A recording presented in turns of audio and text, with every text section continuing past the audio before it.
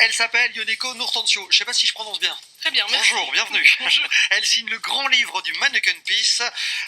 C'est passionnant, franchement, parce que c'est un personnage qu'on croyait connaître et on n'en savait rien.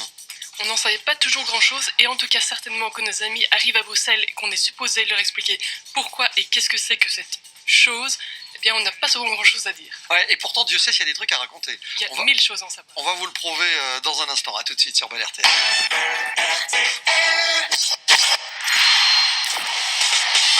Vous écoutez C'est tout vu sur Bel RTL.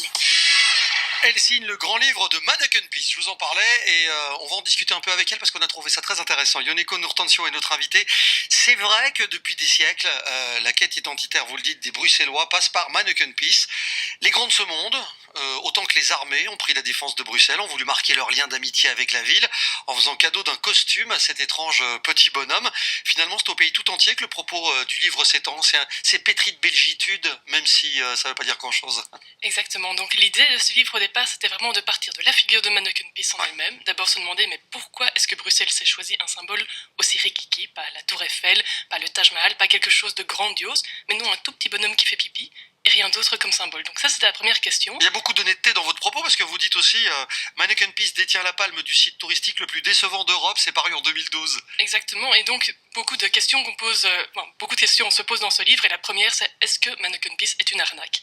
Est-ce que c'est une blague? Ou est-ce que c'est du second degré à la belge une nouvelle fois? Exactement, et c'est peut-être ça, c'est peut-être là que se trouve la réponse aussi, en disant mais oui, peut-être que Mannequin Peace est une blague, peut-être qu'effectivement on se moque de notre petite taille, on se moque des touristes qui s'attendent à voir des monts et des merveilles et qui voient finalement quelque chose qui, on a beau les prévenir, c'est pas le plus grand spectacle voilà, qu'on puisse exactement, imaginer. systématiquement. Et donc finalement, repartir de ce symbole-là permet de réfléchir à dire mais qu'est-ce que c'est que cet état d'esprit belge, qu'est-ce que c'est que l'humour bruxellois, qu'est-ce que c'est la belgitude dont on parle de plus en plus?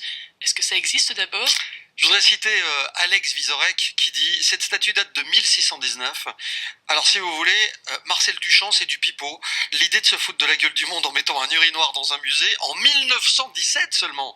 Mon bon Marcel, t'as un petit 300 ans de retard. » On a trouvé ça savoureux quand on l'a lu parce qu'effectivement, Mannequin Peace, pour ce qu'il peut avoir l'air tout petit, a aussi quelque chose de très subversif, puisque l'idée effectivement de montrer quelque chose d'aussi trivial qu'un petit garçon qui fait pipi comme symbole national, c'est quelque chose de finalement beaucoup plus fort que l'idée de mettre simplement un urinoir dans un musée. Alors elle vient d'où l'histoire?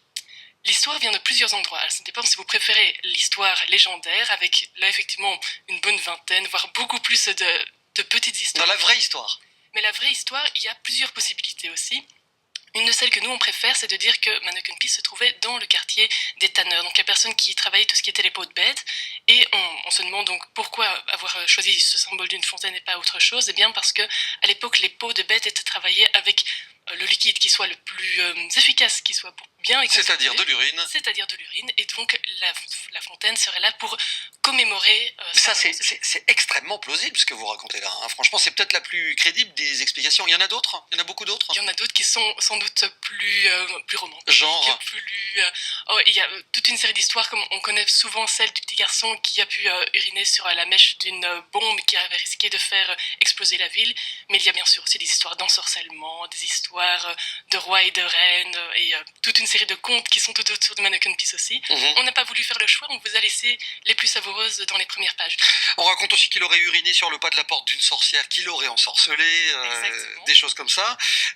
Mais moi, l'histoire des tanneurs, franchement, je la trouve... Elle tient la route, celle-là. Hein. Il aurait uriné devant le roi aussi? C'est une autre possibilité, donc on sait qu'on a des joyeuses entrées à Bruxelles comme l'Homogang et ce type d'événements qui sont commémorés. Et donc effectivement, un petit garçon qui, pris d'un besoin, tout ce qu'il y a de plus naturel, avait décidé d'uriner là sur le passage du roi, a frappé l'imaginaire, et effectivement on aurait voulu commémorer ce moment. J'ai appris, grâce à vous, qu'il existait une copie de Mannequin Peace, je ne savais pas, qui se trouve à Grammont. Il existe une copie, ou bien à savoir si le nôtre est une copie de Grammont, la discussion est toujours ouverte par rapport à ça. Mais le plus étonnant, c'est qu'il y a aussi des Mannequin Peace un peu partout dans le monde. Donc non seulement à Grammont, à quelques kilomètres de Bruxelles, mais aussi au Japon, où ils adorent Mannequin Peace. Il y a des Mannequin Peace dans les gares, dans les montagnes. Mais à Grammont, par exemple, l'histoire des tanneurs ne tient pas la route. C'est effectivement l'idée de dire tiens, est-ce qu'on aurait repris ce symbole-là et on aurait recopié simplement la fontaine parce qu'on trouve ça très parlant? On n'a pas d'explication rationnelle à ça. Pas tout à fait. Il a été noyé dans le canal de Bruxelles, paraît-il. Alors Mannequin Peace est effectivement une statue qui a, subit dans la vraie vie, pas la peine de parler de la légende ici, toute une série d'aventures plus incroyables les unes que les autres. Donc il a été volé, kidnappé, noyé, pris en otage. Il a été peint en jaune en 2014. Il a été remplacé par une autre statue, par un artiste qui avait décidé de se mettre lui-même à la place de Mannequin Peace dans la même pose, il y a à peine quelques années aussi.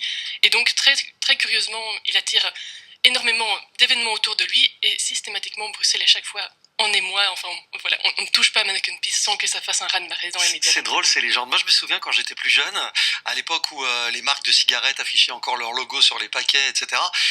Vous vous souvenez la marque Camel? Il y avait, on disait que dans le logo, dans le pied du chameau, ouais. on voyait le Mannequin Peace. Et c'est vrai que quand on se concentrait un peu, on pouvait le voir. Tout à fait. C'était voulu ou c'était un pur hasard? On a le fin mot de l'histoire ou pas? Alors par rapport à ça, on imagine effectivement que la personne qui a dessiné le logo est un Belge et qu'il aurait eu une dissension avec sa direction chez Camel, et qu'effectivement pour se venger d'une certaine façon, ou en tout cas laisser sa marque, eh bien, il aurait à dessein laissé apparaître la silhouette du Mannequin Peace dans la cuisse du chameau. Et donc ça c'est une des images que vous pouvez retrouver facilement dans le livre aussi. On va recevoir Charlie Dupont, vous savez, un autre Belge dans quelques instants pour parler d'une application qui s'appelle Too Much. Je voudrais juste faire une parenthèse parce que vous n'en êtes pas à votre coup d'essai. Exactement. Voilà, Mannequin Peace c'est la nouveauté et c'est l'actualité. Mais vous avez signé il y a quelque temps un truc qui s'appelle Zéro Gaspi. Il y a un lien immédiat avec ce dont on va parler par la suite. Exactement. En fait, c'est un livre qu'on a publié il y a quelques mois à peine aux éditions Larousse. Et Zéro Gaspi, le sous-titre, c'est la méthode pour jeter moins et vivre mieux. Le propos est très simple, c'est de dire que, eh bien, nous pouvons arriver en consommant différemment à baisser le budget nourriture dans nos ménages. Et donc nous vivons par exemple dans notre famille avec 6 € par jour par personne, simplement en gaspillant moins de nourriture. C'est hallucinant, il y a des chiffres. En Europe, un aliment sur 4 finit à la poubelle. Exactement, ce sont des chiffres qu'on n'arrive pas à croire la première fois auxquels on n'arrive pas à croire la première fois où on les entend. Mais il y a énormément de nourriture qui arrive dans nos frigos et qui passe directement à la poubelle. Et s'il y a bien une raison pour laquelle ça vaut la peine d'y faire attention, c'est qu'en termes de budget, ça fait une différence énorme. Nous on consomme 40% d'argent en moins que la moyenne des ménages belges, simplement en arrêtant de gaspiller. C'est vrai qu'on n'a pas toujours idée de ce qu'on dépense en nourriture par semaine. Tout à fait, et donc en faisant le calcul à un moment donné, ça vaut vraiment la peine de regarder, parce qu'en faisant un tout petit peu différemment, en gérant son frigo différemment, en faisant ses courses de façon un tout petit peu différente, on peut faire une différence énorme. Nous, sur un an, on gagne 5 000 € à peu près, rien qu'à consommer autrement. Ah, c'est bien, ça n'avait rien à voir avec le Mannequin Peace, mais ça a le mérite de faire le lien avec Too Much, l'application dont on va parler dans un instant. Yoneko Nourtantio signe le grand livre de Mannequin Peace, c'est écrit avec votre maman. Hein, oui, on fait ça. Il faut rendre hommage, Marie-Louise Bruyère, avec le soutien de la région Bruxelles-Capitale et de la COCOF. J'adore le nom de cet organisme, ça nous fait toujours marrer. Il y a un extrait de la préface de Raoul Jacobs, qui est historien et qui signe la préface du bouquin.